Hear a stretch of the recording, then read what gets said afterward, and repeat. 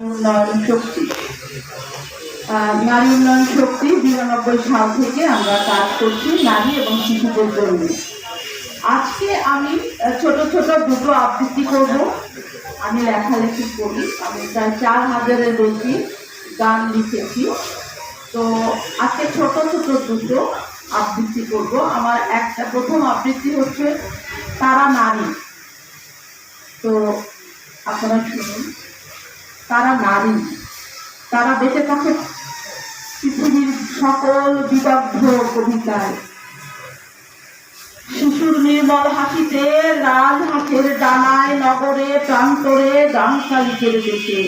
তারা বেঁচে থাকে সন্তানের ঘুম পাড়ানির গানে, প্রেমিকের মিষ্টি অনুভবে, ধাবমান জীবন গাড়ির চাকায়, কৃষকের আহার জোগাড়ে দূর প্রান্তরে মাঠে।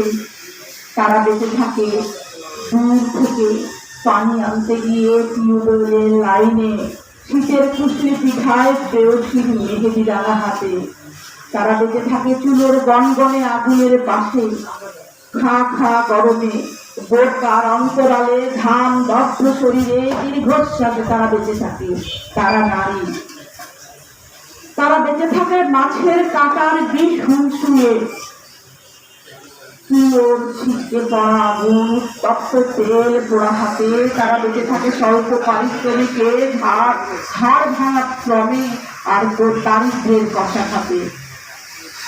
তারা বেঁচে থাকে গৃহহীন অন্যের গৃহ অতিতালয়, স্বামী অথবা অন্য কারো শ্রমিক হয়ে। তারা বেঁচে থাকে, তাদের বেঁচে থাকা শুধুই যেন জীবন যুদ্ধ। এটা আমার নারীদের কবিতা। আবার সেকেন্ড কবিতা হচ্ছে সমর্পণ। এটা আমাদের শীত প্রমোশনের জন্য, শান্তির জন্য আমার এই দ্বিতীয় কবিতাটা লেখা। প্রেম বিলাবি জনে জনে, বাঁচিস কেন আপন পর, দুঃখ কেড়ে হবি খাঁটি, সুখ বিলাবি জীবন ভর। লড়াই লড়াই করিস না রে, ধৈর্য রাখিস বুকের মাছ, মধুর মধুর কথা বলিস সবার মাঝে সকাল সাজ। জীবন মানে আর কিছু নয়, ভালোবাসার গোলাপ চাষ, সেই গোলাপের সুবাস নিয়ে দিন কাটাবি ১২ মাস। তুচ্ছ দেহের রিজ মাথারে ভালোবাসার আবাস গড়, প্রেম বিলাবি জনে জনে, বাঁচিস কেন আপন পর। মহাকাশে বিশ্ব ভরে, জানি না তার কোথায় শেষ, কবরে তোর দেহ যাবে, আত্মা হবে নির্দেশ।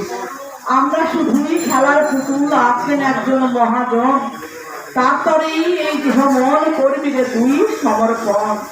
জ্ঞানের সীমায় বাধা আমরা, চিনি না যে আপন ঘর, প্রেম বিলাবি জনে জনে, বাঁচিস কেন আপন পর। ধন্যবাদ।